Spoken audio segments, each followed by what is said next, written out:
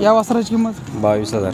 त्याचं किती वय आहे? त्याचं 10-11 महिन्याचं आहे. बरं. या वासराची 15,000. त्याचं वय किती आहे? त्याचं वर्षाची आताच आहे. बरं. समोरच्याची त्याचं 27,000. 27,000. त्याचं वय किती आहे? 12-13 महिन्याचं. 12 ते 13 महिने वय आहे. याचं काय सांगता? ह्याचं 25,000. 25. याचं वय किती आहे?